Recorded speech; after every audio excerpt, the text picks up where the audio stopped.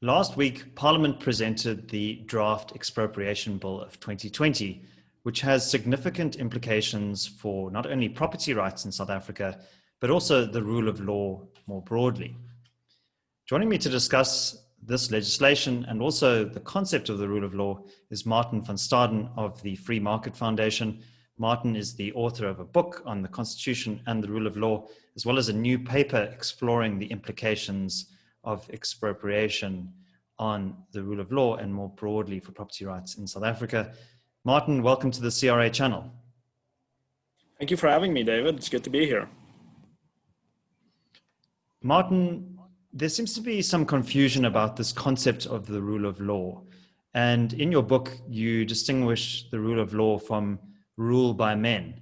Could you explain for our viewers what it is exactly that is meant by this concept of the rule of law? Yeah, so it almost is obvious from the wording itself when you contrast it with the rule of man. The rule of man obviously meaning that the caprice, the whims, and the arbitrary passing passions of men, politicians, and governors are what end up governing us, ruling us. On a day-by-day basis. One day the so-called law might say X and the next day it might say Y, meaning that people cannot plan their affairs. They don't know what the government really wants from them, and that's just a terrible life to live under. And that's the type of thing that routinely happens in dictatorships and that used to be in monarchies, etc. But the rule of law, which focuses on law and the fixed principles of law and maybe timeless principles, is obviously the opposite of that, meaning that you know what the law is, you know what government wants from you, and that stays not absolutely, but reasonably certain over a very long period of time. And that has been what democracies have been striving towards, but often failing, and definitely failing in South Africa. So the way I describe the rule of law often is that it is a legal aversion to arbitrariness. It is the law trying to make things certain, reasonable, and accessible. One of the big features of the rule of law is that both governed and governors are bound by the same law. And are on an equal playing field in a manner of speaking, and obviously in South Africa we've seen that that's not necessarily the case. But the rule of law is a set of principles that apply everywhere. It's not only a South African thing. It was conceived in the British tradition, but it's everywhere you find a system that seeks to be a democratic constitutional system. You have to observe the principles of the rule of law. Now that contrasts with what our former president, Jacob Zuma, said a few years ago at an ANC rally when he said the ruling party needs a majority in parliament so that they may change the rule of law, which is obviously nonsense. The rule of law cannot be changed. And the Constitution says in Section 1C that the rule of law is one of our highest values, constitutional values.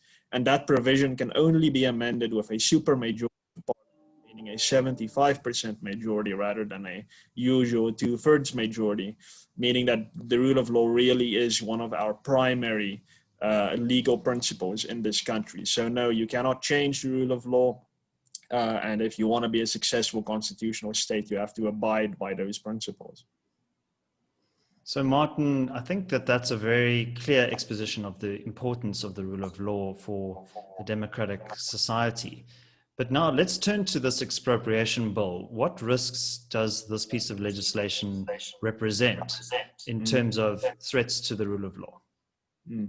Yeah, so I think firstly, the whole premise of it is problematic. So the big thing that the new expropriation bill changes in South African law in conjunction with the constitutional amendment is that expropriation without compensation is now becoming a legal possibility. Now, compared to previous versions of this bill, the new expropriation bill is actually quite superior. It's better. So there used to be a list of grounds for when property may be expropriated without compensation. That included things like there are labor tenants on the property. Somehow that was a ground for expropriation without compensation. It was incredibly confusing, but now the bill provides for land not being utilized properly, both private and state land. So for private land, it is for land that is not being utilized for its main purpose. There's still a lot of confusion around that, meaning that the certainty that the rule of law promotes is still left wanting. For state land that is underutilized, there's also now grounds for expropriation without compensation. Abandoned land may be expropriated without compensation. Where state investment exceeds the market value of the property, the land may be expropriated without compensation. And then a new idea, dangerous land. If the land poses a physical or environmental threat to the community, etc., then the land may be taken without compensation. So this is a better bill than what we saw in 2019 and before that. However, the list is still open. So in law, we have the concept of a closed list and an open list. A closed list is where something may only happen under certain defined circumstances. And an open list is where examples of circumstances are given, but government can make an argument for additional circumstances. Unfortunately, this is an open list. But generally, even when there are open lists, the courts will stick to what is explicitly said in the list, and will look with a higher degree of suspicion upon things that are not specified in the open list. So there you have the first concern about the rule of law and for property rights. I mean, certainty around your investments and so on are of the rule of law and of property rights. So we have some uncertainty here about will government just add more unspoken, unseen circumstances. And I mean, the biggest concern, of course, is that government will start expropriating along exclusively racial lines. That's been the big narrative. And that will obviously tank the economy. So that's still a big concern. And the biggest concern, arguably, with this bill and previous versions, but it still remains in this bill, is that it treats government and citizens differently. And as I said earlier, that's something that the rule of law, which came about in Britain as a concept that tried to equalize the monarchy with the people. So the idea was that everyone is treated equally under the law. But this bill now says that when state land is expropriated without compensation, you will need the expropriating agency, which is the Department of Public Works, will need the permission of the department which owns the land before it may expropriate it without compensation. But when it expropriates private land, it will not need, or it will obviously not need the permission of the private owner to expropriate without compensation. So, I mean, this is ridiculous on many levels. And firstly, that is that why would a department ever consent to having its property taken without being paid for it? I do not conceive of that ever happening. But secondly, that this is even contemplated, that the state is being given such an advantageous position over citizens actually speaks to a very belittling philosophy that our government has adopted towards citizens. It is this parental figure, and we are simply the children of government who must do whatever daddy says. And that is deeply, deeply problematic for the rule of law. That is exactly what the rule of law is meant to stop. So the bill will mean that arbitrariness is now the door is open for it, and not even to get into corruption and all the doors that are being opened by this bill. So there are many concerns, and I think that the main concern that EWC will hurt the economy, maybe destroy the economy after a COVID-19 lockdown, are still very well founded if this is the bill that we're going to pursue EWC under. Okay, so that's the expropriation bill, but let's turn now to the constitutional amendment process, Section 25, which guarantees property rights. There is an ad hoc committee in Parliament which has now resumed its work looking to drive through this amendment. What are some of the risks attached to that parallel process, particularly in terms of our broader constitutional framework? Hmm. Yeah, so I mean, one needs only look at the history of South Africa, where property rights were not respected very much along racial lines. The Natives Land Act of 1913 and the whole series of legislation that came after it very much was aimed at depriving mostly Black South Africans of property rights, and in many cases seizing that property without paying compensation, or well, by paying very small amounts of compensation. And this carried on for decades until the early 1990s when apartheid ended. And South Africa said, okay, no more. Mandela's famous words were never, never, and never again will South Africa be a rogue state that does this type of thing to its citizens. And as a result, we had a provision in the interim and then in the current and final, so-called final constitution, which guarantees the private property rights and secures the private property rights of all citizens, regardless of their race. And an inherent part of respecting property rights is providing compensation when that land or any other property is taken by the government for a public purpose, or in South Africa's case, we include the public interest, which includes land reform. Now, it's very important to note that all around the world, I think without exception in the open and democratic societies of the world, expropriation and compensation are married. You do not get one without the other. It simply does not happen. And where it has happened, most prominently to our north in Zimbabwe, and more recently in Venezuela, you have a total collapse, not only of the economy, but of the total society, with a government that does not respect at all the rights of the citizens. And the economy collapses because collateral and so on falls away, and any protection for investment is nowhere to speak of.